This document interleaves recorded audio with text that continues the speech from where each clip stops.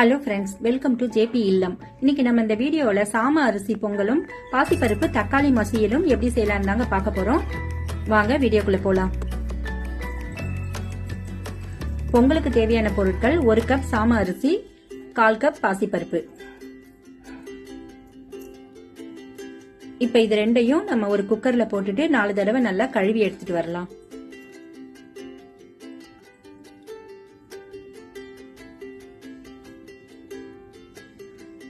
கழுவி எடுத்துட்டு வந்ததுக்கு அப்புறமா 1க்கு 3 அப்படிங்கிற அளவுக்கு தண்ணி ஊத்தணும். அரிசியும் பருப்பும் 1/4 கப் இருந்தது. நான் இப்ப 3/4 கப் தண்ணி ஊத்த போறேன்.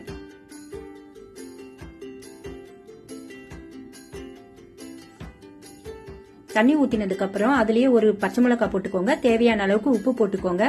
அப்புறம் ஸ்டவ் ஆன் பண்ணிட்டு குக்கர் அடுப்புல வச்சுக்கோங்க. குக்கரோட வெயிட் போட்டுட்டு நம்ம 3 விசில் வைக்க போறோம். 3 விசில் வந்ததுக்கு அப்புறம் நம்ம இப்ப ஓபன் பண்ணி பார்க்கலாம்.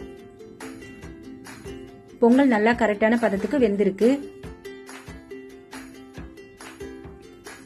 இப்ப நம்ம பொங்கல் தாளிக்கிறதுக்கு ஒரு கடாய் அடுப்புல வச்சுட்டு 4 ஸ்பூன் நெய் ஊத்திக்கலாம். உங்களுக்கு தேவையான அளவுக்கு நீங்க நெய் ஊத்திக்கோங்க.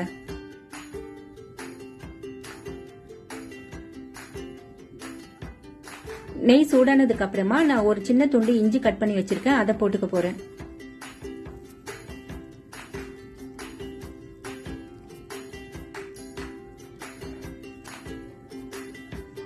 அதுக்கப்புறம் 1 ஸ்பூன் மிளகு, 1 ஸ்பூன் சீரகம், அப்புறம் கொஞ்சம் கருவேப்பிலை கழுவி வச்சிருக்கேன், அதையும் போட்டுக்கலாம்.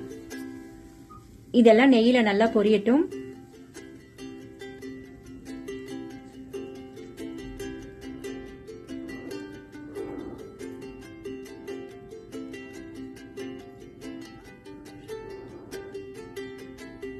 அதுக்கப்புறம் நம்ம கடைசியா 1/2 ஸ்பூன் பெருங்காயத்தூள் போட்டு 10 செகண்ட் நல்லா கலந்து விட்டுட்டு இப்போ நம்ம தாளிப்பை பொங்கல்ல சேர்த்து நல்லா கலந்துக்க போறோம்.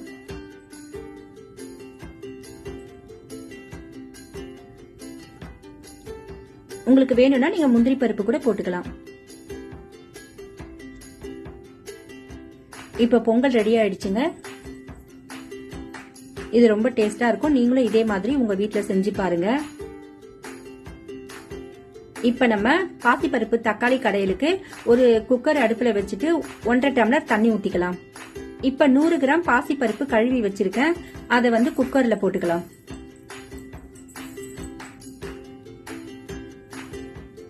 மூணு தக்காளி கட் பண்ணி வச்சிருக்கேன், அதையும் போட்டுக்கலாம். 5-6 பல் பூண்டு, அதுக்கப்புறம் 3 பச்சை மிளகாய், இதெல்லாம் போட்டு ஒரு தடவை நல்லா கலந்து விட்டுக்கோங்க.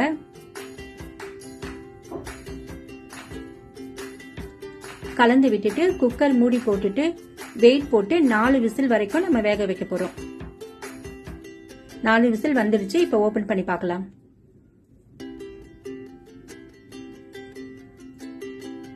இப்ப பருப்பும் தக்காளியும் நல்லா வெந்திருக்கு. ஒரு கரண்டியை வச்சு கொஞ்சமா மசிச்சு விட்டுக்கோங்க.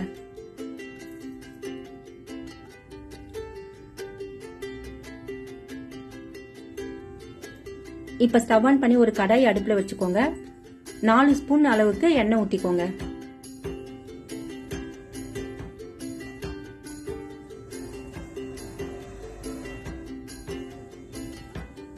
எண்ணெய் சூடானதுக்கு அப்புறம் நம்ம 1 ஸ்பூன் கடுகு போட்டுக்கலாம்.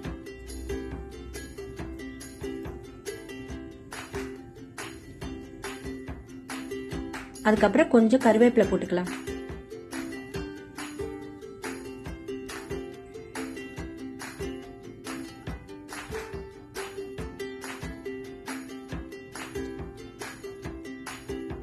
ரெண்டு பெரிய வெங்காயம் கட் பண்ணி வச்சிருக்கேன், அதையும் இப்ப போட்டுக்கலாம்.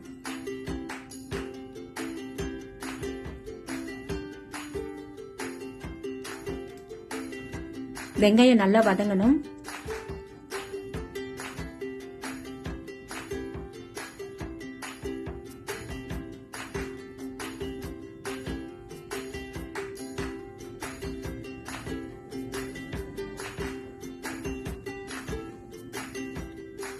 வெங்காயம் நல்லா வதங்கினதுக்கு அப்புறமா 1 ஸ்பூன் காஷ்மீரி சில்லி பவுடர் போட்டுக்கலாம். உங்களுக்கு தேவையான அளவுக்கு நீங்க காரம் போட்டுக்கோங்க. நல்லா கலந்து விட்டுக்கோங்க. அதுக்கப்புறம் 1/2 ஸ்பூன் பெருங்காயத்தூள் போட்டுக்கலாம். ஸ்டவ் சிம்ல வச்சுக்கோங்க, இல்லைன்னா கருகிடும். இப்போ 1/2 ஸ்பூன் மஞ்சத்தூள் போட்டு இந்த எண்ணெயிலேயே நல்லா கலந்து விட்டுக்கோங்க. அதுக்கப்புறம் நம்ம வேக வச்சிருக்கிற பருப்பு தக்காளியை எடுத்து இதுல ஊத்திக்கலாம்.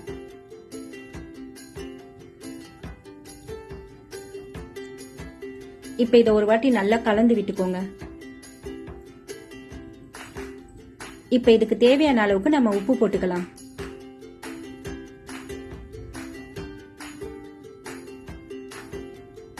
உப்பு போட்டு நல்லா கலந்து விட்டுக்கோங்க. இது ஒரு 3 நிமிஷம் கொதிச்சா போதும்.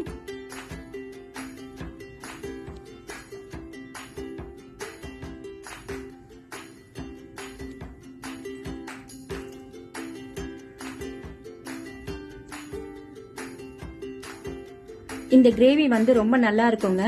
இட்லி தோசைக்கு கூட இதை தொட்டுக்கலாம். இப்ப நல்லா கொதிச்சிருச்சு. இப்ப நம்ம ஒரு பவுலுக்கு மாத்திக்கலாம். இதே மாதிரி நீங்களும் உங்க வீட்ல செஞ்சு பாருங்க, ரொம்ப நல்லா இருக்கும். இப்ப மேல கொஞ்சம் கொத்தமல்லி தூவி நம்ம இறக்கி வச்சுக்கலாம். இந்த வீடியோ உங்களுக்கு பிடிச்சிருந்தா மறக்காம நம்ம சேனலை சப்ஸ்கிரைப் பண்ணுங்க. தேங்க்யூ ஃபார் வாட்சிங்.